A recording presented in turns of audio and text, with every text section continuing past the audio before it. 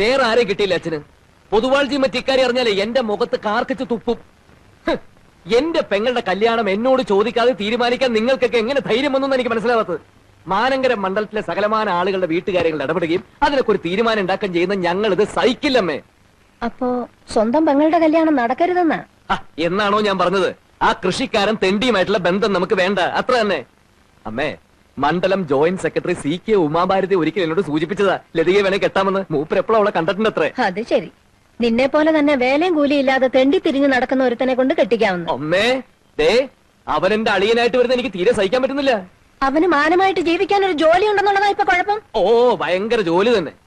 അതൊക്കെ പോട്ടെന്ന് വെക്കാം. അവനൊരു വൃത്തികെട്ടവനാണെന്ന് അമ്മയ്ക്കറിയോ?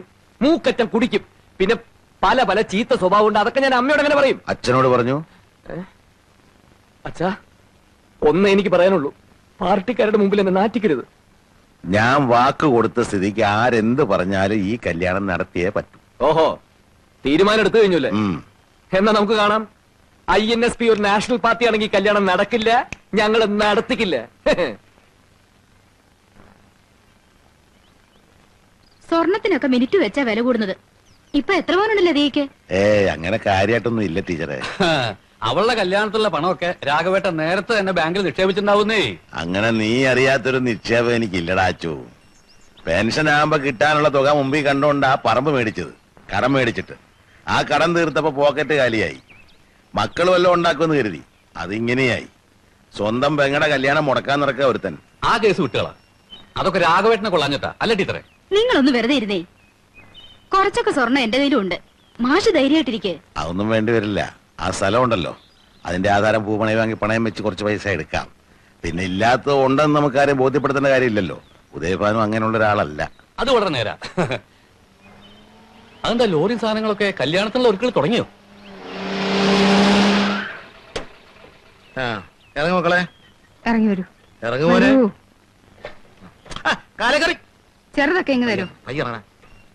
അച്ഛൻ പറ്റ സാരമില്ല. അച്ഛാ, ഞാൻ നോക്കിയപ്പോ ഇതാ കൂടുതൽ സൗകര്യം. നമ്മളൊന്ന് കണ്ടുപിരിഞ്ഞതിന് ശേഷം 7 ട്രാൻസ്ഫർ എനിക്ക് ഒത്തു കിട്ടി. ദോഷം പറയരുതല്ലോ. ഞങ്ങൾക്കും പിള്ളേരും കുറച്ച് നാട് കാണാൻ പറ്റി. ഇനി ഒരു വിശ്രമ ജീവിതം നയിച്ചാലോന്ന് ആലോചിക്കുക. അച്ഛാ, കുട്ടികളെ ഇവിടെ അടുത്ത് ഏതായാലും സ്കൂളിൽ ചേർക്കാച്ചാ. അപ്പൂപ്പന് നമസ്കാരം പറ മക്കളെ നോക്കിക്കാതെ. അമ്മ എന്ത് ചേച്ചാ? വാ, അമ്മമ്മയെ കാണിച്ചു തരാം. അകത്തുണ്ടല്ലോ അമ്മേ. മകളെ, ചേച്ചി, ചെറിയമ്മതാ. നിങ്ങൾ ചെറിയമ്മയോട് അകത്തോട്ട് പോയിക്കോളൂ. ഒരു സന്തോഷ വാർത്ത അറിയിച്ചില്ലല്ലോ. ഞാനിപ്പോ സസ്പെൻഷനില്ല. കുട്ടനാട്ടി വെച്ചാ ഇങ്ങേരെ അത് സാധിച്ചെടുത്തത്. ബ്ലാക്ക് ലിസ്റ്റിൽ പെട്ട ആളായതുകൊണ്ട് INSP-കാരുടെ ഭീഷണിയൊക്കെ അവിടെ ഉണ്ടായിരുന്നു. അങ്ങനെ ഇരിക്കുമ്പോ ഒരു കള്ളനെ അബദ്ധത്തിൽ ചില പോലീസുകാർ പിടിച്ച് സ്റ്റേഷനിൽ കൊണ്ടുവന്നു. അവന്റെ പേര് കേസെടുക്കരുതെന്ന് പറഞ്ഞു വന്ന INSP-കാരനെ നേരം വെളുക്കോളം പിടിച്ചങ്ങ് തല്ലി. അതോടെ എന്റെ നാട് ചുറ്റിൽ നിന്നു. സസ്പെൻഷൻ കിട്ടിയപ്പോ സുഖം. ആനന്ദേട്ടന്റെ വീട്ടുകാരെ ബുദ്ധിമുട്ടിക്കണ്ട, ഇനി ഇവിടെ കൂടാന്ന് ഞാൻ ആച്ചാ പറഞ്ഞത്. ഇവിടെ ഇപ്പൊ എന്താ ഒരു കുറവ്? നല്ല സ്നേഹമുള്ള അച്ഛനും അമ്മയും ആങ്ങളമാരും വലിയൊരു വീടും. ആനന്ദേട്ടാ, സസ്പെൻഷൻ കഴിഞ്ഞാലും നമുക്ക് ഇവിടെ തന്നെ കൂടിയാൽ മതി കേട്ടോ. എനിക്ക് ഈ സാധനങ്ങളും കെട്ടി തൂക്കി എപ്പോഴും എപ്പോഴും അങ്ങോട്ടും ഇങ്ങോട്ടും ഓടാൻ. അല്ലെങ്കിൽ വേണ്ട, അമ്മയുടെ പേരിൽ അച്ഛൻ പുതുതായിട്ട് വാങ്ങിച്ച ആ സ്ഥലത്തെ എനിക്കൊരു വീട് കെട്ടി തന്നാ മതി. അതൊന്നും അത്ര പെട്ടെന്ന് വേണ്ട. അല്ല, ഞാൻ പറഞ്ഞേ ഉള്ളൂ. അച്ഛാ, ലോറിക്കാരനും കൂലിക്കാർക്കും കൂടെ 875 രൂപ കൊടുക്കണം. കൊടുത്തേക്കണേ. ദേ അവന്മാര് കൂടുതലൊക്കെ ചോദിക്കും, കൊടുക്കണ്ട. എന്താ നോയിക്കൊണ്ടിരിക്കുന്നേ? വന്ന് കുളിക്കുന്നേ. അത് പറയണ്ടേ? എന്നാ പിന്നെ എങ്ങനെയാട്ടെ, കളക്കണം. ശരി.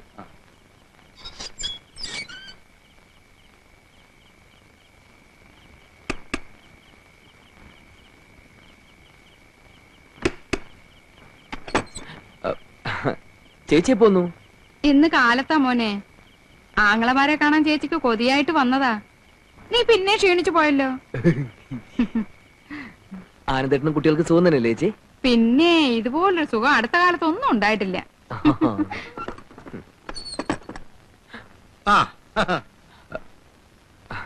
ആഹാ, അളിയനും ഉണ്ടായിരുന്നോ? ഇന്നത്തെ രാഷ്ട്രീയ പ്രവർത്തനമൊക്കെ കഴിഞ്ഞോ കുഞ്ഞളിയ? ആനന്ദേട്ടന്റെ കാര്യം ഞാൻ പൊതുവാൾജിയോട് പ്രത്യേകം പറഞ്ഞിട്ടുണ്ട്. അതിന്റെ ഗുണം കാണാനുണ്ടായിരുന്നു. ആഭ്യന്തരമന്ത്രിക്ക് ഒരു കമ്പി അടിച്ചു കഴിഞ്ഞു. അദ്ദേഹം കാലത്ത് കണ്ടപ്പോ എന്നോട് പറഞ്ഞു. കാലത്ത് എവിടെ വെച്ചുണ്ട്? പുള്ളിക്കാരൻ നമ്മുടെ മാടത്തെ ചെറിയ ചൂണ്ടിട്ടോണ്ടിരിക്കുന്നു. അപ്പോഴാ കണ്ടേ. ആനന്ദേട്ടൻ എന്റെ അനിയനെ കൊച്ചാക്കരുത് കേട്ടോ. സാധാരണ ഈ മുറിയിൽ ഞാനാ കിടക്കാറ്. ഇനി ഞങ്ങള് കിടക്കാന്ന് വിചാരിച്ചു. അതെന്തിനാ? ഇവിടെ വേറെ മുറിയില്ലേ?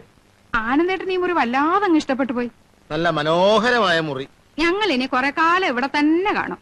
അപ്പൊ നീ ചെല്ല് പ്രകാശ, ഞങ്ങൾക്ക് ഉറക്കം വരുന്നു. ചെല്ല്, വല്ലതും കഴിച്ചു കിടക്കണം കേട്ടോ. പോ.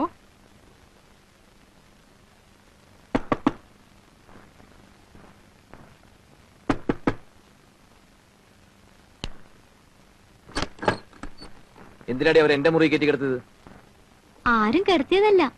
സംസ്ഥാനത്താണെങ്കിൽ ആകെ ആഭ്യന്തര കലകം. സ്വന്തം വീട്ടിൽ വന്നാലും സമാധാനം ഇല്ലെന്ന് വെച്ചാ കിടന്ന് ചിരിക്കാതെ ചായപ്പിൽ കിടക്കെടുത്തിരിക്കെ. അവിടെ ലത ചേച്ചിയുടെ കുട്ടികൾ കിടക്കുക, ബോബനും കവിതയും. പിന്നെ ഞാൻ ഏത് നരകത്തിൽ പോയി കിടക്കും? ഇനി ഇപ്പൊ ഡൈനിങ് ടേബിളേ ഉള്ളൂ, പിന്നെയുള്ളത് അടുക്കളയാ. ഒറ്റ അടി വെച്ചെന്നുണ്ടല്ലോ. നിനക്കൊക്കെ തമാശ കളിക്കാനുള്ള ഒരു കുട്ടിയാണ് ഞാനെന്ന് നീ കരുതിയോ? ഭരിക്കുന്ന കക്ഷിയിലെ പ്രമുഖനായ ഒരു പ്രവർത്തകനാണ് ഞാൻ. 24 അവേഴ്സിനുള്ളിൽ ആരെ വേണമെങ്കിൽ പിടിച്ചകത്തിടാനുള്ള സ്വാധീനം KRPക്ക് പാർട്ടിയിലുണ്ടെന്നുള്ള കാര്യം നിനക്കറിയാലോ.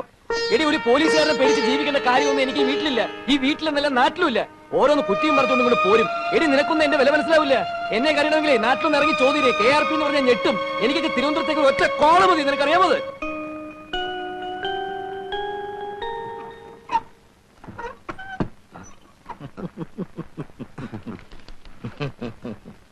അളിയെ ഇന്നലെ രാത്രി കാണാൻ പറ്റിയില്ല, ഒത്തിരി ലേറ്റ് ആയില്ലേ? സ്റ്റഡി ക്ലാസ് ഉണ്ടായിരുന്നു. ആ, എന്നിട്ടെല്ലാം സ്റ്റഡി ചെയ്തോ? സ്റ്റഡി ക്ലാസ് എടുക്കുന്നത് ഞാനാ. ഓ, അത് ഭയങ്കരം തന്നെ. ഒരു സന്തോഷ വാർത്ത അറിയിക്കട്ടെ, എന്നെ സസ്പെൻഡ് ചെയ്തു. അളിയന്റെ പെങ്ങളും കുട്ടികളും വഴിയാധാരായി. വന്നിട്ടുണ്ട്, എല്ലാവരും വന്നിട്ടുണ്ട്. ഒരു ഡിസ്മിസിലാണ് ഞാൻ പ്രതീക്ഷിക്കുന്നത്. ഓഹോ, INSP പ്രതികാരം ചെയ്യുകയാണ്. അളിയൻ ഭയപ്പെടണ്ട. RDPയുടെ കമ്മിറ്റി മീറ്റിംഗിൽ ഈ പ്രശ്നം ഞാൻ ഉന്നയിക്കും. അയ്യോ, അത്രയ്ക്കൊന്നും വേണ്ട. ഇല്ല, ഞങ്ങളുടെ കൂടെ നിന്നൊരു ഉദ്യോഗസ്ഥനെ സസ്പെൻഡ് ചെയ്താൽ ഞങ്ങൾ കൈയും കെട്ടി നോക്കിയിരിക്കില്ല. വേണ്ടി വന്നാൽ ഒരു കലാപം തന്നെ ഇവിടെ പൊട്ടി പുറപ്പെട്ടേക്കാം. സായുധ വിപ്ലവം ഞങ്ങൾക്ക് പുത്രിയല്ല. കുറെ കാലമായി ഞാൻ ഇത് കേൾക്കാൻ തുടങ്ങിയിട്ട്. എന്ത് പുല്ലാണടാ നിന്റെയൊക്കെ സായുധ വിപ്ലവം? ഒരു തോക്ക് നീ കണ്ടിട്ടുണ്ടോ? ബോംബെന്ന് പറഞ്ഞ എന്താണെന്ന് നിനക്കറിയാവോ? അവന്റെ അമ്മയുടെ ഒരു സായുധ വിപ്ലവം. എടാ, മേലനങ്ങാതെ ഉരുട്ടി ഉരുട്ടി വിഴുങ്ങലല്ല നിന്റെയൊക്കെ രാഷ്ട്രീയം. അളിയ കഴുതേ, ഇനി നീ ഇവിടെ രാഷ്ട്രീയം പറഞ്ഞ് കേട്ടാൽ ഇട്ടിച്ച് നിന്റെ അസ്ഥിയെല്ലാം ഓടിക്കും. Bloody fool.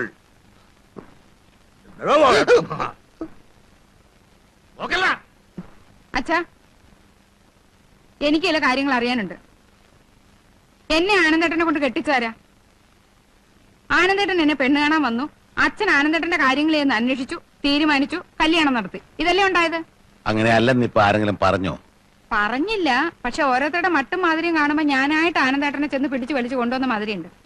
4 വളയും ഒരു നെക്ലസും ലോലാക്കും എല്ലാം ചേർത്ത് ആകെ 15 പവനല്ലേ അച്ഛൻ എനിക്ക് തന്നത്. ആനന്ദേട്ടനും കുടുംബക്കാരും പാവങ്ങളായതുകൊണ്ട് അത് മതിയെന്ന് സമ്മതിച്ചു. ഞാൻ ഇത്തിരി സൗന്ദര്യം കുറഞ്ഞോളായിരുന്നെങ്കിൽ 50 പവനെങ്കിലും ഇല്ലാതെ അച്ഛൻ എന്നെ ഈ പടി കിടത്താൻ പറ്റുമായിരുന്നോ? പത ഉള്ളിടം പാതാളം എന്ന് പറഞ്ഞ പോലെയാ. അച്ഛൻ റിട്ടയർ ചെയ്തപ്പോ കിട്ടിയ കാശൊക്കെ എന്തിയെ? അതിന് എനിക്ക് അവകാശമൊന്നുമില്ലേ?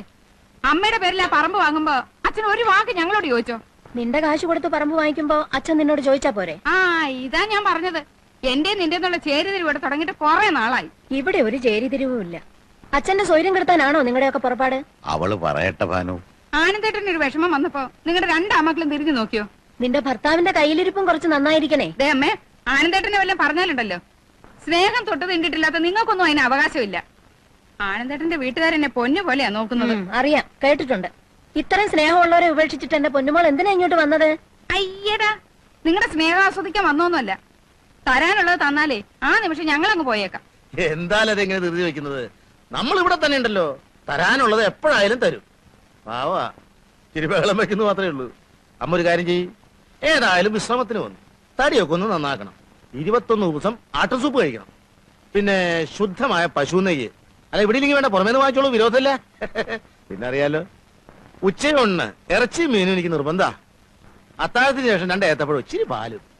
ഇനി എന്നും കാലത്ത് അമ്മ 5 മണിക്ക് തന്നെ വിളിക്കണം. കാരണം പോലീസ് ട്രെയിനിങ് കഴിഞ്ഞതിന് ശേഷം പിന്നെ എക്സർസൈസ് ചെയ്തിട്ടില്ല. അപ്പൊ തടി അനങ്ങിയിട്ട് ഒന്ന് ഓടണം. അപ്പൊ പിന്നെ സൂപ്പിന്റെ കാര്യം മറക്കണ്ട. നാളെ മുതൽ ആയിക്കോട്ടെ.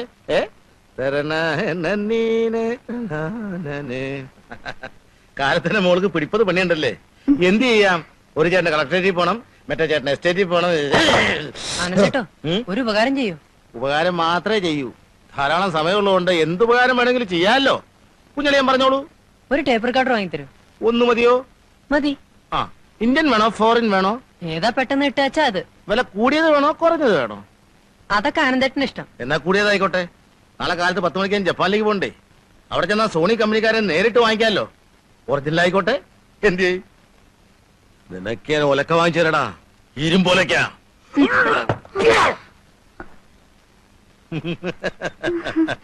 ഇത് INSP കാരന്റെ കുപ്പായായിരിക്കും അല്ലേ? എനിക്കിത് നന്നായി ചേരുമെന്ന് തോന്നല്ലോ മോളെ. പ്രകാശ് ചേട്ടൻ ഇപ്പൊ പുറത്തു പോണെന്ന് പറഞ്ഞു. ഓ പോയിക്കോട്ടെ, കുഴപ്പമില്ല. ഇത് ഞാൻ എടുത്തൊന്ന് പറഞ്ഞാ മതിന്നേ. മറ്റുള്ളതൊക്കെ മുഷിഞ്ഞിരിക്കാ. ആഹാ, മുഷിഞ്ഞോട്ടെ. എന്നെങ്ങും പഠിപ്പിക്കാൻ വന്നാണ്ടല്ലോ, അടിച്ചു നിന്നെ ഞാൻ. ആ നോക്കണേ.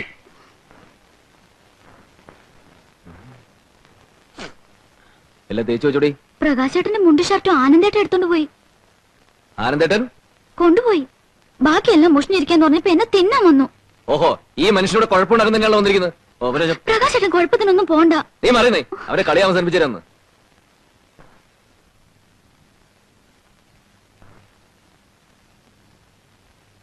എനിക്ക് പുറത്തു പോകണം. അളിനെ ഉടുപ്പിഞ്ഞൊരുക്കി.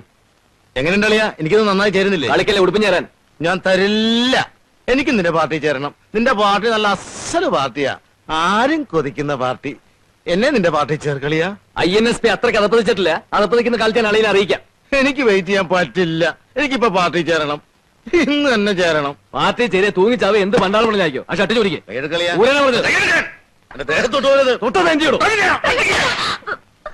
നേരമായി ഞാൻ ക്ഷമിക്കുന്നു. എന്റെ വീട്ടിൽ കയറി എന്നെ തന്നെ തല്ലുകയാണ്. ഇന്നലെ ആലോചിക്കുന്നുണ്ട്, പെങ്ങളെ കെട്ടിയവരാന്ന് ഓർക്കില്ല.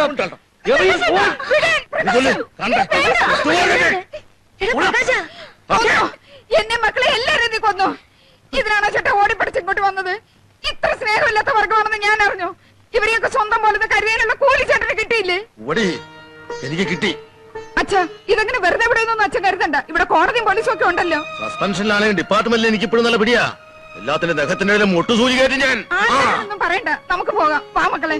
ഇനി ഇവിടെ നിന്നാലേ ഇവര് നമ്മുടെ ഭക്ഷണത്തിൽ വിഷം കലർത്തി കൊല്ലും. അമ്മേ, കൂടുതലായിട്ട് ഇറങ്ങി പോവാ ഞാൻ. ഇറങ്ങി വേടാ മതി.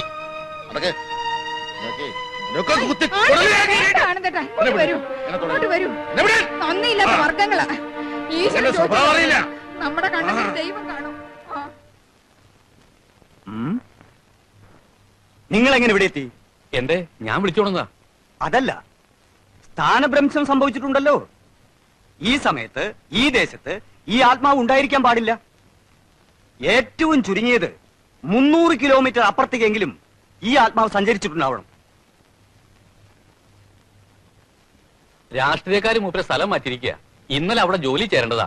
സുഖമില്ല എന്ന് പറഞ്ഞ് കമ്പിടിച്ചിരിക്കുക. ഓ, അതാണ് കാര്യം. അപ്പോ എത്രയും പെട്ടെന്നൊരു ശുഭമുഹൂർത്തം കാണിച്ചു തരാം.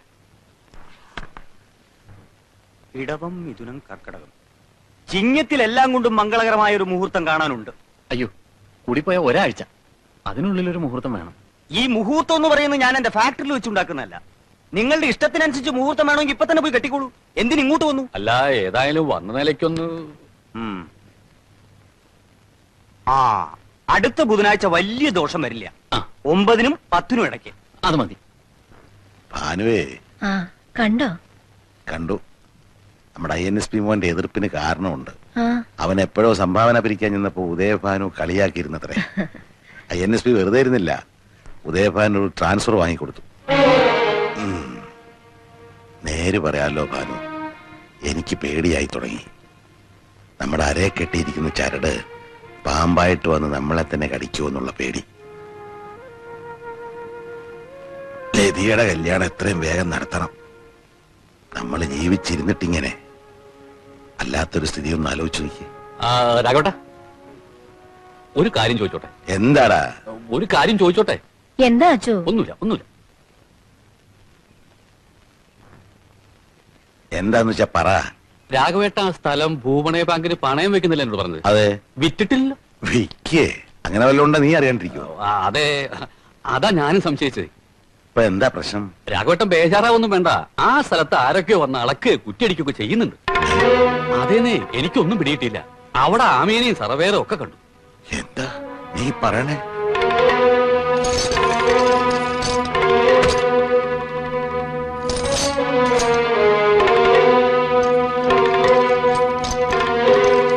അപ്പോഴേ ഈ പറമ്പിന്റെ ഉടമസ്ഥൻ വന്നിട്ടുണ്ട്. എന്താണ് സംഭവം എന്ന് പറയൂ. സാർ, ഇത് retired station master Raghavan Nair, ഇദ്ദേഹത്തിന്റെ ഭാര്യയുടെ പേരുള്ള സ്ഥലം ഇത്.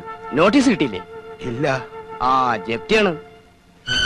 നിങ്ങളുടെ മൂത്ത മോനുണ്ടല്ലോ, എന്തായാലും പേര്? പ്രഭാകരൻ. അയാളുടെ പാർട്ടി ഓഫീസിന്റെ കെട്ടിടം പണിക്ക് വേണ്ടി ഈ സ്ഥലം ഇവരുടെ ബാങ്കിൽ പണയം വെച്ചിരുന്നു. ഭാനുമതിയമ്മ ഭാര്യയല്ലേ? അതെ. ആ, അവരാണല്ലോ പേപ്പർ ഒപ്പിട്ട് കൊടുത്തത്. സാർ, ഈ മനുഷ്യൻ ജീവിതകാലം മുഴുവൻ കഷ്ടപ്പെട്ടുണ്ടാക്കിയതാ ഈ സ്ഥലം.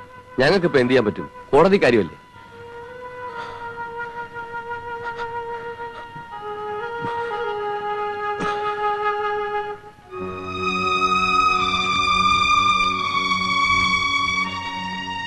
എങ്ങോട്ടാ പോയത്? അച്ഛൻ എന്താ വന്ന് പറഞ്ഞത്? നീ എന്നെ ചതിക്കായിരുന്നല്ലേ? ഈ കാലം അത്രയും ഞാൻ അധ്വാനിച്ചുണ്ടാക്കിയ സ്ഥലമല്ലേ അത്. നമ്മൾ ഒന്നാണെന്ന് കരുതി അന്ന് നിന്റെ പേര് വാങ്ങിയത്. എന്നോടൊരു വാക്കുപോലും ചോദിക്കാതെ ഇത് ചെയ്യാൻ നിനക്ക് എങ്ങനെ മനസ്സ് വന്നു പാനു? എന്താ ഉണ്ടായേ? ചെന്ന് നോക്ക്, ബാങ്കുകാർ ജപ്തി ചെയ്തോണ്ടിരിക്കുക. ലതികയുടെ കല്യാണത്തിന് ഞാൻ എവിടുന്ന് പണം ഉണ്ടാക്കും? അത് കുറച്ചു ദിവസത്തെ ഒരു കാര്യത്തിനാണെന്നും പറഞ്ഞ് പ്രഭാകരൻ നിർബന്ധിച്ചപ്പോ. എന്നിട്ട് എവിടെ നിന്റെ പ്രഭാകരൻ? അവിടെ കണ്ടില്ലല്ലോ. നമ്മുടെ മോനല്ലേ എന്ന് കരുതിയാ ഞാൻ. അച്ഛൻ അറിയുന്നതിന് മുമ്പ് തിരിച്ചെത്തിക്കാമെന്ന് ഉറപ്പ് പറഞ്ഞപ്പോ. വേണ്ട, ഒന്നും പറയണ്ട.